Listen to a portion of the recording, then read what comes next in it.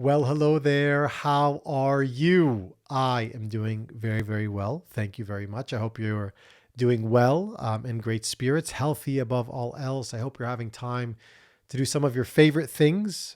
They do exist, your favorite things. And I hope you're having some time to do at least one, maybe two of them, maybe if not over the weekend, sometime over the week. Who says you can't have fun during the week?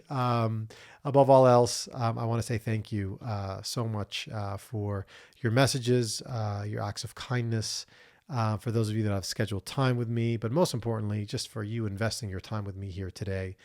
There's nothing like it. So thank you for all my listeners on my podcast. Thank you for my new and becoming sort of like, subscriber list on my YouTube channel at Coach Rami. I do it mainly just because I want to get my message out to you, my listener, as clearly as possible and as compellingly as possible. And today is no exception. We have a nice topic of conversation revolving around what we typically do in our conscious as well as our subconscious, day in and day out of the workplace. It happens when we are in not the best of places. And it also happens when we are in moments of career transition. I just hope it happens when we are walking around the mall or walking in the park and we see something and it triggers our feeling of comparing ourselves towards other people, but specifically asking a question around what we may be talking about today. And that is, do I want your life? And I think so much of our comparison towards other people can only go so far. We look at people and we say, "Oh wait, I wish I just had someone's job. I wish I had that role. I wish I had that level of scope, that level of authority, that level of impact, that level of financial compensation, that lifestyle, for example, that I feel is just so elusive, but it's also just there. I wish I just had that. Wish I had someone's level of education. I wish I had their stroke of luck. I wish I was there during the right place and the right time. I wish I had their family. I wish I had their looks. I wish I had their persona. I wish I had their dynamic way of speaking. I wish I had, their level of influence and conviction. I wish I had their credibility and believability. The list goes on and on and on. And, we typically don't ask throughout it all. And by the way, these questions, they may make you feel make you feel rather, uncomfortable. But they're just a reality. I mean, human nature is very much predictable, especially when we are comparing ourselves with other people.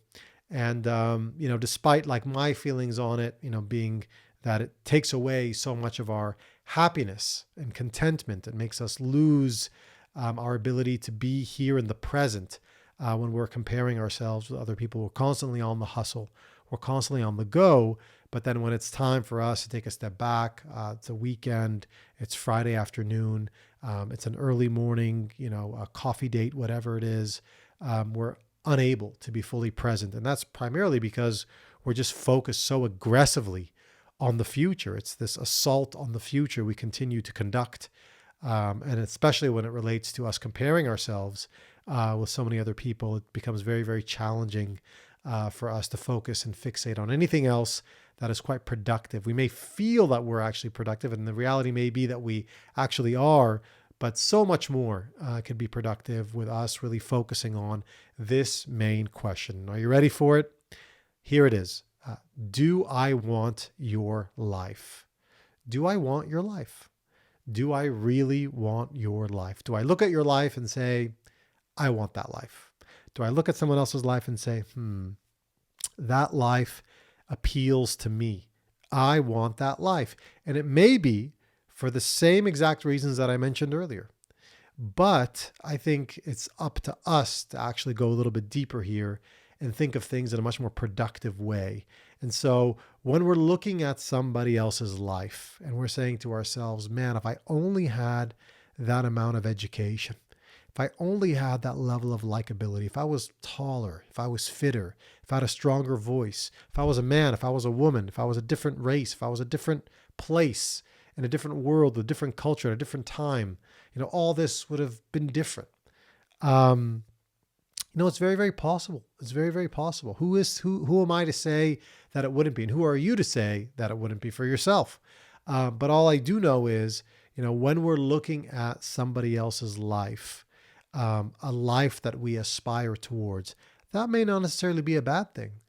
It's wonderful to feel motivated and inspired by somebody. It's wonderful to feel like, hey, you know what? I would love to be in this person's shoes one day. I would love to fill those shoes. I would at least do what this person is doing. If I'm lucky, I could do something better. If I do half of what this person is doing, man, would my life be good. But we fail to, many of times, really just think about some of the elements that go into a feeling like this. Some of us can be very obsessive, and when we look at leaders, and in fact, many leaders can actually thrive off of people being obsessed with their way of leadership. It could be through their power, through their authority, through their impact, through their title, and through their influence in the organization. We may say to ourselves, like, wow, that is so sexy. That is amazing. We want that. How could we not want that? We could actually feed into another leader's egos, perhaps. And maybe, because it happens very, very often, at least in my practice, I'll meet a leader who actually has yes people all around him or her. And that may be inhibiting them from actually growing and scaling their organizations and their careers.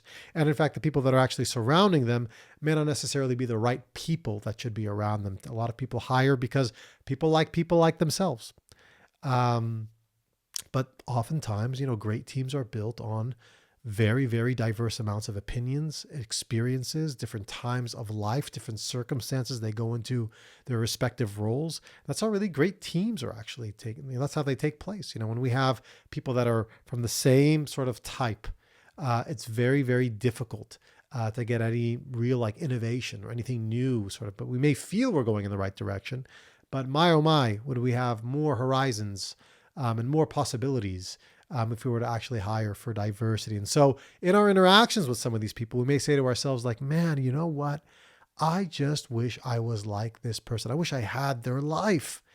And you know what? I want you to ask yourself, what is it about their life that you actually want? And let's get real here. Is it the time that you think they actually have? Is it the lifestyle they're actually living? Is it the learnings? Is it the exposure? Is it the accessibility that they actually have? Is it the relationships they're able to build? Is it the spotlight that's actually on them? What is it about their life that appeals to you? What is it about their life that makes you feel like, hey, you know what? I want this, man. I really, really do want this. I feel, in fact, that I may even deserve this. Hey, you know what? That may be good for you. I just want you to ask yourself why. What is it? Because oftentimes, people look at leaders and they idolize them so much, oftentimes, and I want you to question yourself here by auditing yourself. A lot of times people look at leaders and say, man, I just want that position. I want that lifestyle. I want to be just like this person in that position. But at times what we fail to do is if we just put this person on mute and we just listened, not even listened rather, but just looked at their facial expressions, their physiology, how they're interacting, completely muted. How would this person appear?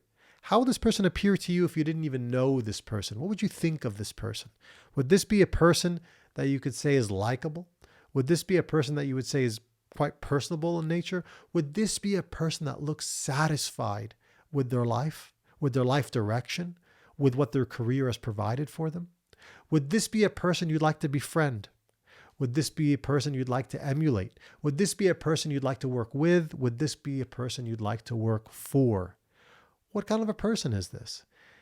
Many of times we're just totally eluded by the idea of a person in power being someone who obviously got there for obvious reasons which we don't even do an audit for or even check ourselves or remind ourselves of to begin with. We just say hey, they've gotten there. They must have gotten there for a reason. They must have qualities that are probably superb and oftentimes maybe for some think about as superior to their own. And how does that make you feel? It may make you feel like you're operating from a place of deficiency without the optics of opportunity that we talk about a lot, without having those optics of opportunity of looking things any different than what they actually appear to be. But, a lot of things happen under the sun. A lot of things happen when people are actually alone. A lot of people will say that leaders, in fact, are very, very much lonely at the top because it's very hard to relate to other people. It's hard to get really consistent and believable sorts of feedback that's actionable. But often at times we don't actually have that level of access to leaders. We just look at them for what they give us in that moment and we say, man, I'd like to be that person. Think about the relationships they foster. Go to their LinkedIn profiles. Check out what they like. Check out what they've written about. Check out what they've reposted.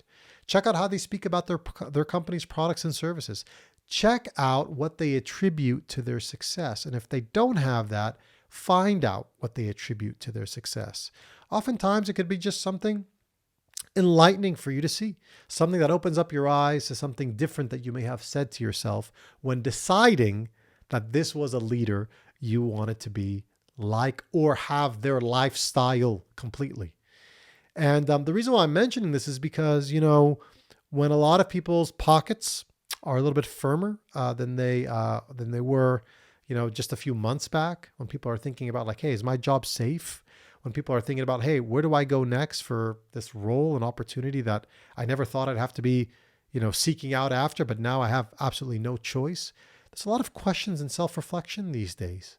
And, when we fail to recognize that a lot of these things are affecting us, we simply can obsess over things in unproductive ways.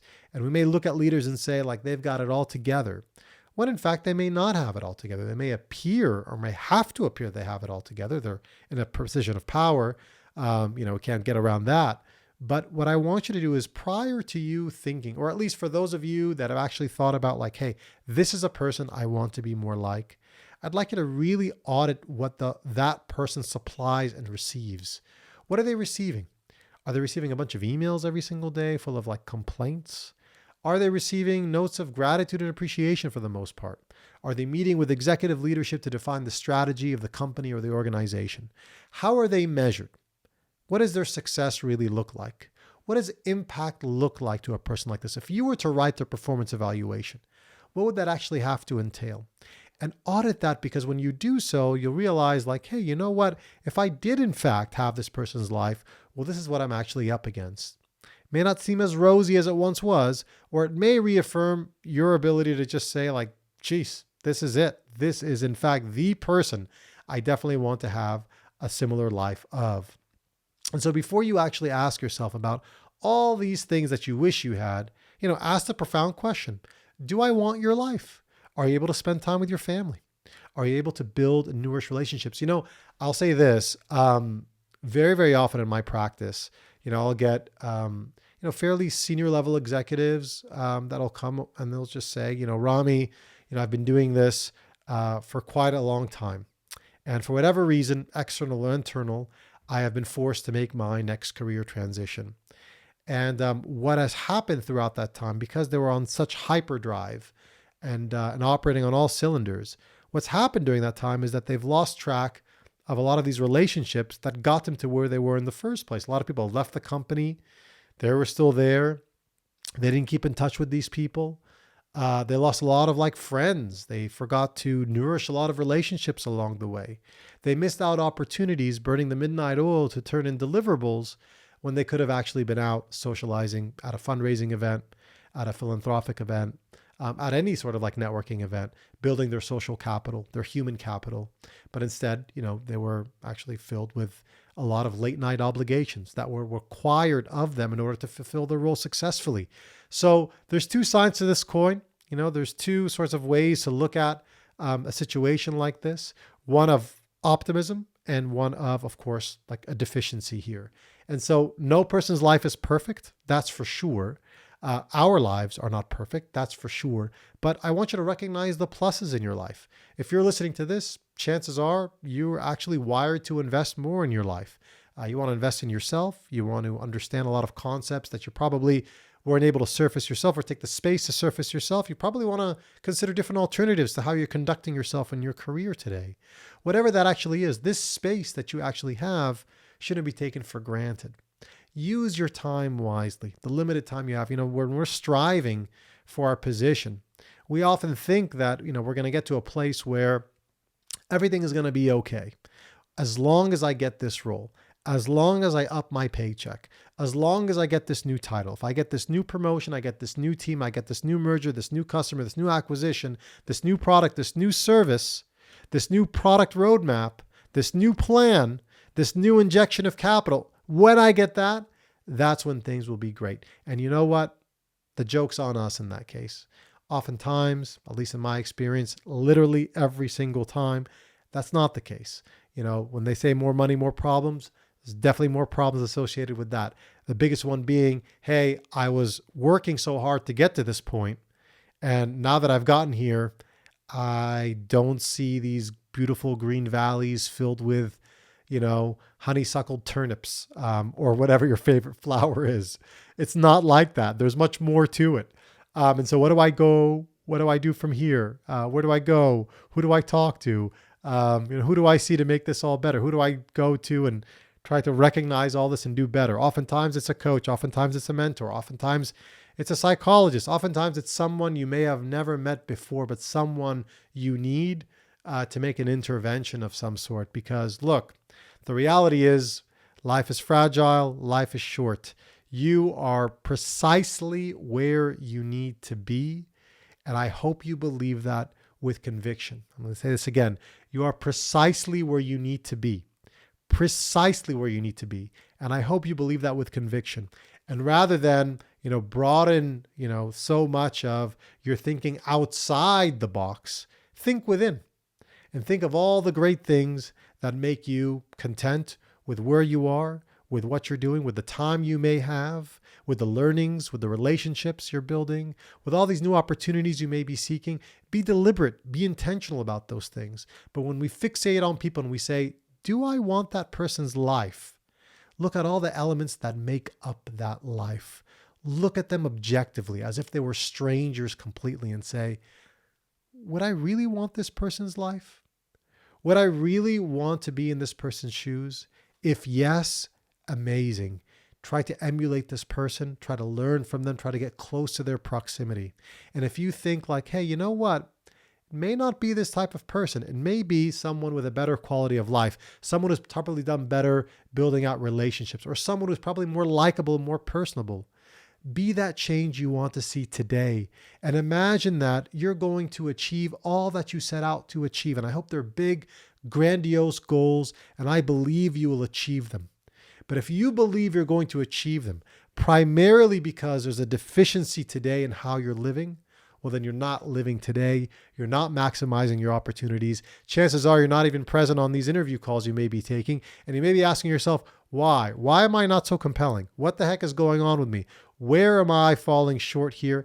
And that's oftentimes because we're thinking way too far outside the box and not thinking within. And so with that said, please consider this as an alternative.